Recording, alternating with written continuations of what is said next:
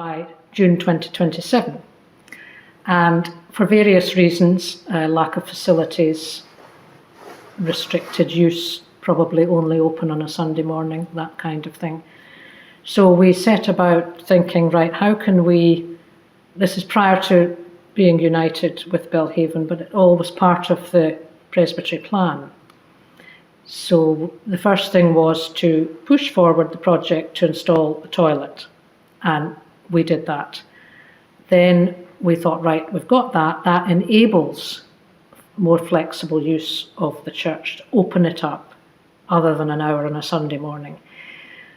Primarily, we were thinking of creating an area where people could stay after the service on a Sunday, have coffee, chat, get to know each other better, rather than just disappearing off. And so we removed 4 pews and we created this area here, fellowship area, with nice comfortable seating, but it can be returned to full seating capacity if we have a large service. So it's not restricted the capacity of the church.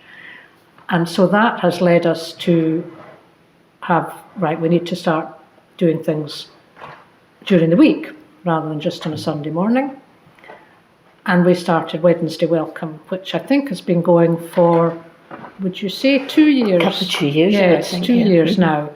And that has grown from 5 or 6 people coming along, spreading the word, people coming who have no church connection, that just happen to live in the village, and so see our signs, come along, get to know people who've recently moved to the area. Also regular worshippers from the Belhaven congregation and this congregation, people who used to come to the church but have a close connection with the parish of Spott, having worked on the farms all their life, come along as well. So we're now attracting a fair number each Wednesday morning, as you would see. But alongside that, because we installed the toilet, and because we, in June 2022, we were told that the building was earmarked for closure, that has sort of ignited people's desire to take part in church activities, church life. Numbers on a Sunday morning have grown steadily, would you say, Val? Oh yes, definitely. We're now Sunday past it was 39 people coming regularly, and that's people from the Belhaven congregation who perhaps want to come to the earlier service, it suits what they're doing during the day, and other people from around the area.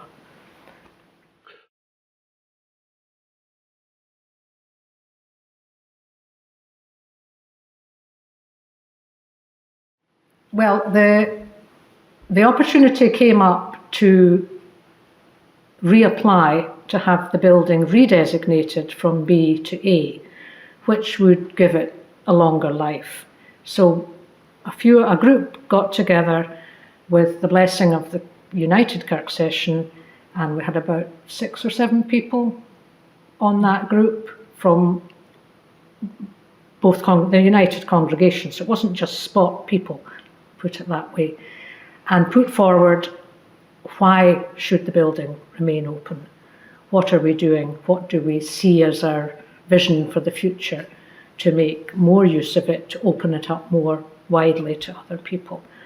And so the key part, there was two key elements to that, was complementing what happens in the Belhaven building, which has different facilities, bigger facilities, more able to cater for young families and provide what they want or looking for, to complement what goes on there, and also to provide, I think this is very important, choice in the whole Dunbar area. Because the feeling was that we could be left with 2 churches, church buildings, Church of Scotland buildings in the town of Dunbar, Coburn's Path remaining open, and that would be it. And so people who like a choice of style of worship, of setting of worship, or have a strong, long-held connection with Spott. Or a different time of day. A different time of day is also very important. That was the two key elements of our argument for staying open. And also that we had done the work to provide basics like a toilet and a meeting area.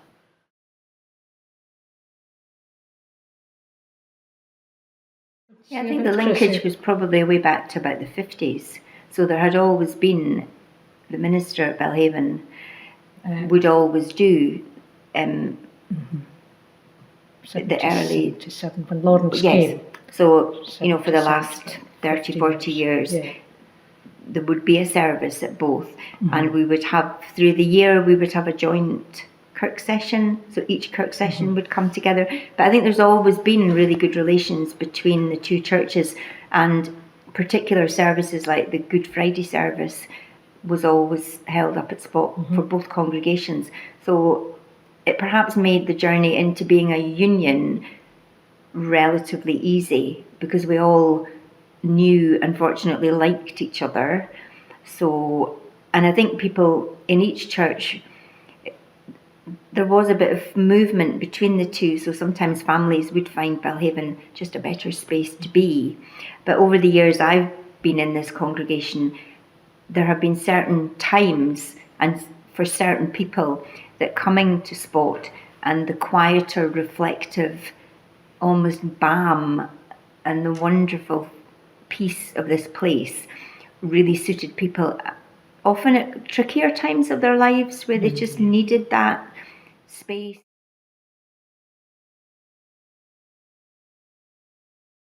To a certain extent, it was a big change for everybody. But I think we spoke about it, and we were able to work together, and we felt welcome.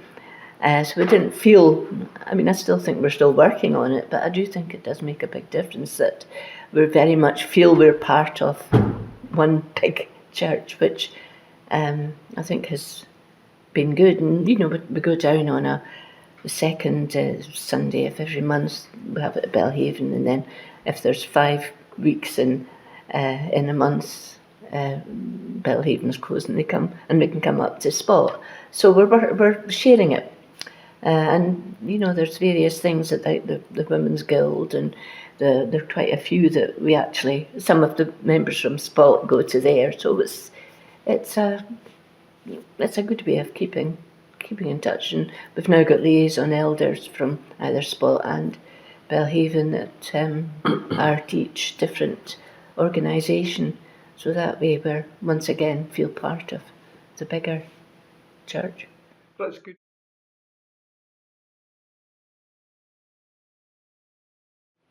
Yes, I think there's been a real can-do attitude here, and people pulling together because this is such a special and precious place and has a real,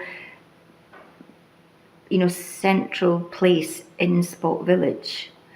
And I think the fact that they're prepared to have ongoing conversations. So one of the most recent ones was when we come for the 5th Sunday service here, there was a bit of a challenge to think, well, how do we manage the children in a different space? So initially, again, there was a real openness from the folk here. So we were using this sort of more open space that was created for the young people. But then, we didn't kind of rest on that. We've had further conversations, and the plan now is we were working out how to build Messy Church into what we were doing on a regular basis in a better way. So now what we've decided is when we have those Sundays, we'll have the coming together service, which is what our new minister, Alistair Stark, is quite keen to call it. And then later in the morning, there'll be Messy Church at Belhaven, and they can meet together and eat together, and people can just work out for themselves where best does this fit for us at our stage of life, or how we want to worship. It's a nice diet that's offered that morning, and we've worked through all these conversations together to try, not to think, okay, we've got that sorted. we're always looking to see how can we make this better for people.